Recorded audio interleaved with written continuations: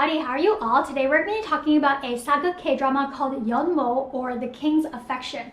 The King's Affection stars Park Eun-bin as the crown prince and Rowoon as the son of an inspector who later becomes her royal tutor, her scribe, and of course her love interest. The King's Affection starts off with a flashback to the past, to the night that the crown prince was born. The crown prince was actually born with a twin sister, so there were twins that were born on the same day. At this time, the royal court believes that twins are a bad omen and that there's no way we could have a strong and influential, powerful crown prince when he has shared a womb with a girl. So the crown princess is ordered to be killed. And instead of killing her, obviously the queen hides the princess away and has her sent out of the court and palace so that she can live a regular life.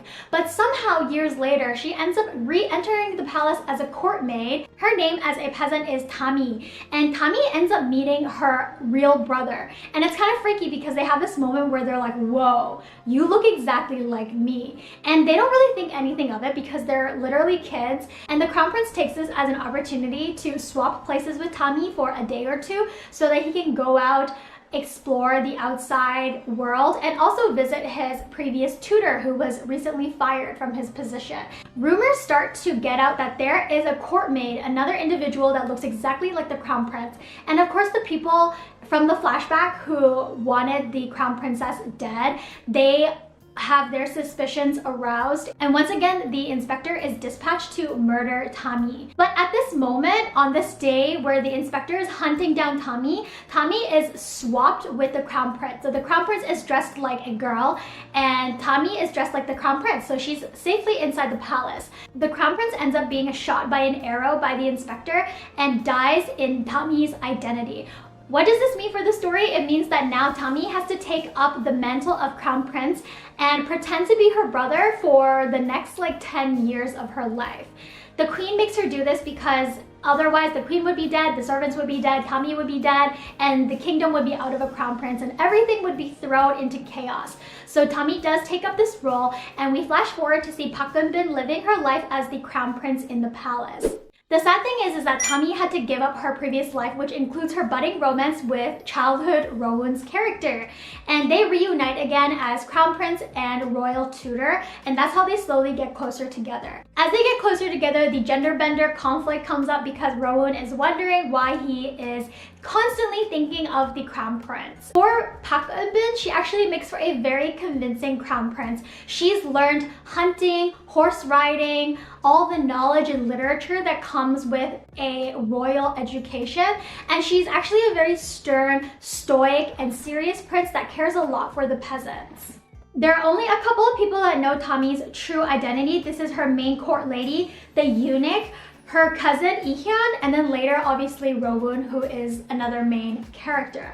I would say for this show, the pacing is way more interesting at the start. The premise is so intriguing, and the development from Tami's peasant character to crown prince, that process is also very interesting to watch. It starts to slow down past the middle point. I feel like this is a sort of show where 16 episodes are too little, but 20 episodes is a little bit too much. So near the end, we're really stretching out the last of the conflict and material. There are two main conflicts in the show. One is related to the influence of a major court minister who is the crown prince's grandfather. Another is related to the big secret that Park Eun-bin has been keeping as the crown prince and her romance with the royal tutor. Because obviously if you're the crown prince, you're gonna be bestowed a crown princess, and later on you are expected to bear an heir, but how are you gonna do that? So there is a sort of conflict towards the end that's related to this as well. Now I wanna talk about some key events in the show. There will be spoilers here, so if you don't want to be spoiled, skip to the end for my overall thoughts. This is the timestamp over here. For the progression of the series, I actually felt like I wanted more juicy, pining second lead drama. I wanted to see Prince Ja-eun get a lot closer to the crown prince. He knew the crown prince's secret ever since they were kids, and he never brought it up, he never revealed it, he never hinted at it. It was just revealed at the end, and he also never used the information to get closer to the crown prince, even though he was in love with her. So I wanted to see the second lead character have a much stronger candidacy in the crown prince's heart. I felt like all the side interests For example, the minister's daughter who had a crush on Rowoon, nothing really came out of that. She was just being silent and sad on the side. And also the queen, the crown princess who becomes the queen to the crown prince later, she also has an unrequited love because she's so in love with the crown prince and just doesn't know that the crown prince is a woman. So there were all these like extra side interests that really didn't make a big impact to the show. The second thing I wanted to touch upon is past the half mark of the show, towards episodes 13 to 15, the crown prince actually tries to leave the palace and run away to start a new life. And honestly, that part was so climactic for me because she was finally dressed in women's clothing. She was escaping. Rowoon was helping her. And I really felt like she was going to escape the politics of the kingdom forever. But lo and behold, there were 4 to 5 more episodes that were totally related to the actual palace and court politics events. So she was not able to ultimately get away from the kingdom. I can see that the show is trying to explore different ways that Park Eun-bin can leave her previous life behind, but I really felt like the pacing was really awkward because running away from the palace was more climactic than when she took the poison to kill her grandfather and minister and sort of commit a double suicide with him.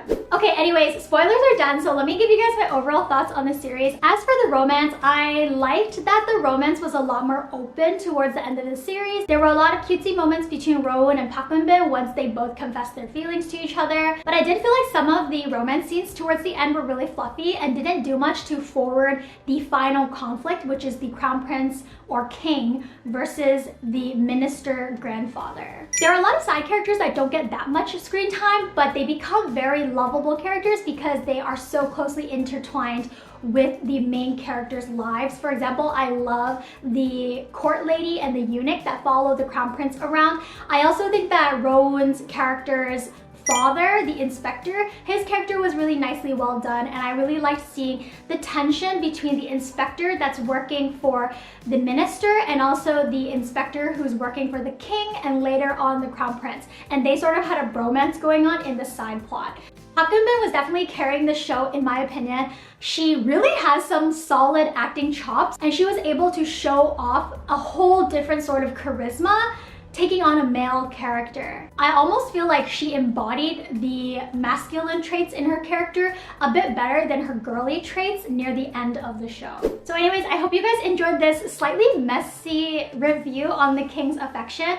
I watched The King's Affection over the course of a month, so there are a lot of like slow-paced scenes. If you are a fan of typical K-drama tropes and also want to give Sageuk series a try, palace dramas, you can definitely check this one out. If you want to look for something that's a bit more juicy, fast-paced, twisted, dramatic court politics, this is probably not the series for you.